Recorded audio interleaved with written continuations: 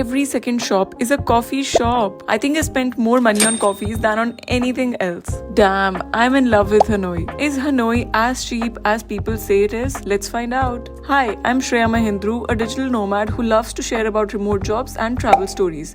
If you've not followed me on Instagram and YouTube yet, make sure you do.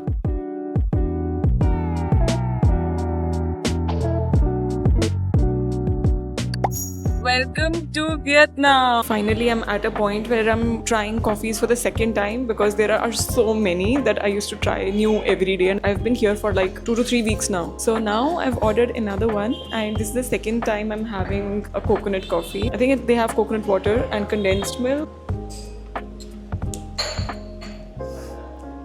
It's so good. It's so good. Okay, now let's look at the budgeting.